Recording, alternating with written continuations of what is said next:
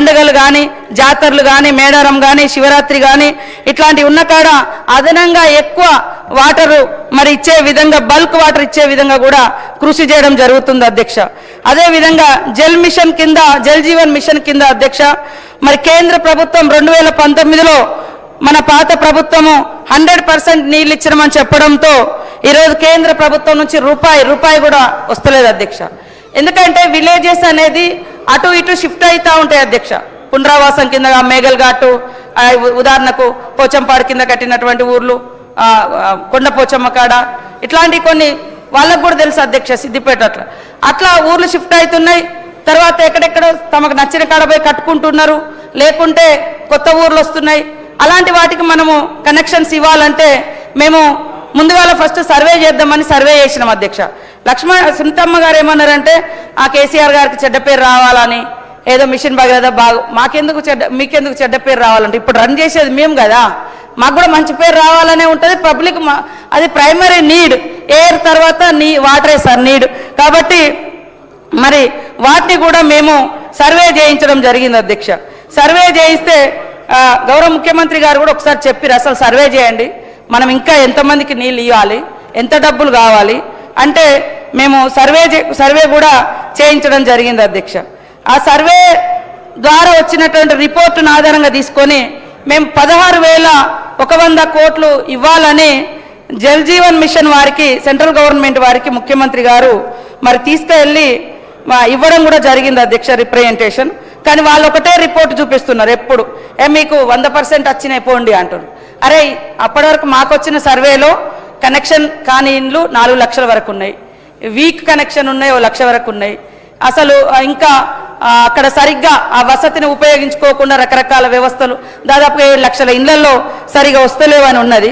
కొంత నిధులు అంటే వాళ్ళు రూపాయి కూడా ఇప్పటి వరకు నిధులు ఇవ్వలేదు అధ్యక్ష. కాబట్టి మాకు వేరే ఉద్దేశం ఏం లేదు. మిషన్ భగీరథ కూడా మీరు కూడా ఒకసారి పరిశీలన చేసుకోండి. నాడు కూడా 100% ఏం రాలేదు. ఇప్పుడు కూడా డైలీ 5%, 10%, 15% అక్కడక్కడ ఇబ్బందులు వస్తూ ఉన్నాయి అధ్యక్ష. అయినా కూడా పొద్దున్న మేమంతా సర్వే తెప్పించుకొని అంటే ఈఎన్సీ ఆఫీస్ నుంచి రెగ్యులర్గా రిపోర్ట్ తెప్పించుకొని మేము వాటిని ఫాలోఅప్ చేస్తూ ఉన్నాం.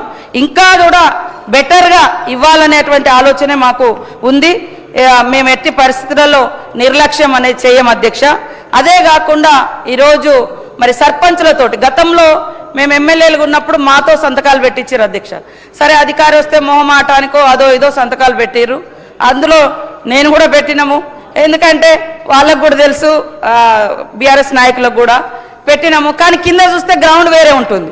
అందుకనే ఇప్పుడు మీరన్నట్టే కూడా ఎక్కడన్నా నెగిటివ్ రిపోర్ట్ వాటర్ రాలేదు అని అందుకనే నేను క్షుణ్ణంగా ఎవరెవరేమేమి మాట్లాడుతున్నారో ఇవన్నీ చూస్తా ఉన్నా అధ్యక్ష. వెంటనే రిజైండర్ వేయిస్తున్నావు.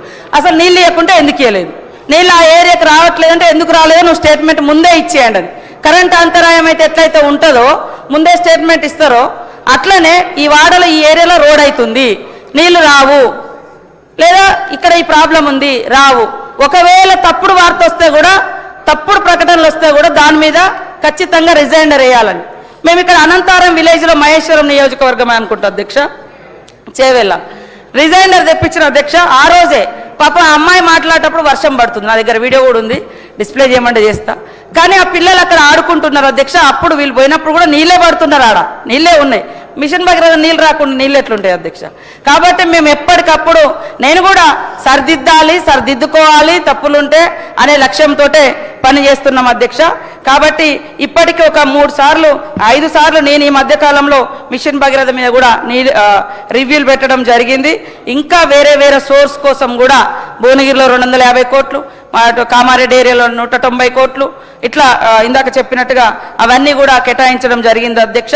అవి కాకుండా లోకల్గా కలెక్టర్లతోటి డిఎంఎఫ్టీ కావచ్చు, ఎస్డిఎఫ్ కావచ్చు, ఇతరత్ర ఏ నిధులున్నా కూడా ఫస్ట్ మంచినీటి సమస్యను పరిష్కరించుకోవాలనే లక్ష్యంతో పనిచేస్తూ ఉన్నాం అధ్యక్ష. అదేవిధంగా మరి ఈరోజు తెలంగాణలో రేపులకు సంబంధించి కానీ మహిళల మీద పెరుగుతున్న అగత్యాల గురించి కూడా మాట్లాడినారు అధ్యక్ష. అదేవిధంగా ఆదిలాబాద్లో ఆదివాసీ మహిళల్ని వాస్తవానికి అక్కడ జరుగుతున్నది ఉద్యోగాల పేరుతో మోసం, వాళ్ళ అమాయకత్వాన్ని వాళ్ళ అవసరాన్ని దృష్టిలో పెట్టుకొని, తర్వాత పెళ్లిల పేరుతో మీకు మంచి సంబంధం అని చెప్పి అక్కడ లోకల్గా పరిచయస్తులే చేస్తే వెంటనే అవన్నీ కూడా పట్టుకొని వాళ్ళను కేసులు పెట్టి జైళ్ళల్లో పెట్టి విచారణ చేపట్టడం జరిగింది అధ్యక్ష. ఈ సమాజం మేల్ డామినేషన్ సొసైటీ అధ్యక్ష.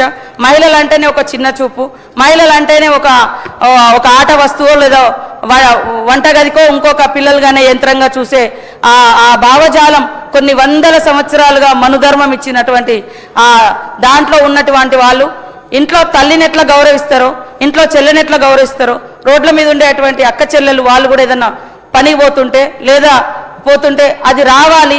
అది ఖచ్చితంగా మేము ఈ మధ్య కాలంలో ఒక 2-3 మీటింగ్స్ కూడా మన మహిళా అధికారులతోటి కొన్ని ఎన్జిఓలతో కూడా మీటింగ్ పెట్టడం జరిగింది అధ్యక్ష. ఖచ్చితంగా ఇది నియంత్రించాలి. గాంధీ గారి కన్నా ఏదైతే అర్ధరాత్రి మహిళ ఒంటరిగా తిరగగలిగినప్పుడే స్వతంత్రం వచ్చినట్టు అని వారు భావిస్తూ మనకు చెప్పారు. ఆ స్ఫూర్తి ఖచ్చితంగా అందరిలో రావాలని మనస్ఫూర్తిగా కోరుకుంటున్నాం అధ్యక్ష.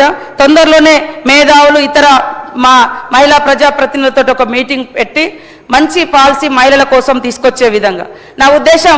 ఫస్ట్ సారి కూడా నేను చాలాసార్లు అన్న అధ్యక్ష, ఇక్కడ మన అమ్మాయి అప్పుడు ఒక 3 ఎన్కౌంటర్ కూడా అయ్యారు. శిక్ష 2 ఉండాలి అధ్యక్ష. అది ప్రివెన్షన్ ఈజ్ బెటర్ దెన్ అనే ఏదైతే మనం మెడిసిన్లో వాడతామో వాళ్ళకి అవగాహన, ఒక తల్లి అంటే ఒక దేవత, ఒక చెల్లి అంటే నీ తోబుట్టు, అట్లనే బయట మహిళలు కూడా అనే భావనను పెంపొందించాల్సిన అవసరం ఉంది. కానీ ఈరోజు రకరకాల మాధ్యమాలు రకరకాలవి చూసి ఇంట్లో ఉన్న తాత కూడా అమ్మాయిని ఒక్కొక్క సందర్భంలో ఘోరంగా, తండ్రి కూడా ఇట్లా చెప్పుకోవడానికి కూడా ఇబ్బంది ఉంది. కానీ సొసైటీలో మా ఆలోచనలలో మార్పు రావాలి. ఆ మార్పు కోసం శిక్షణ అనేది ఖచ్చితంగా క్లాస్ రూమ్ నుంచి, తరగతి గదుల నుంచే ఆడవాళ్ళను గౌరవించే, ఆడవాళ్ళను పూజించే సంస్కృతి నేర్పబడాలి. అందుకోసమే మరి బుక్స్లలో, టెక్స్ట్ బుక్లలో కూడా ఒక పేజ్ ఉండాలనేది మా యొక్క అభిప్రాయం అధ్యక్ష.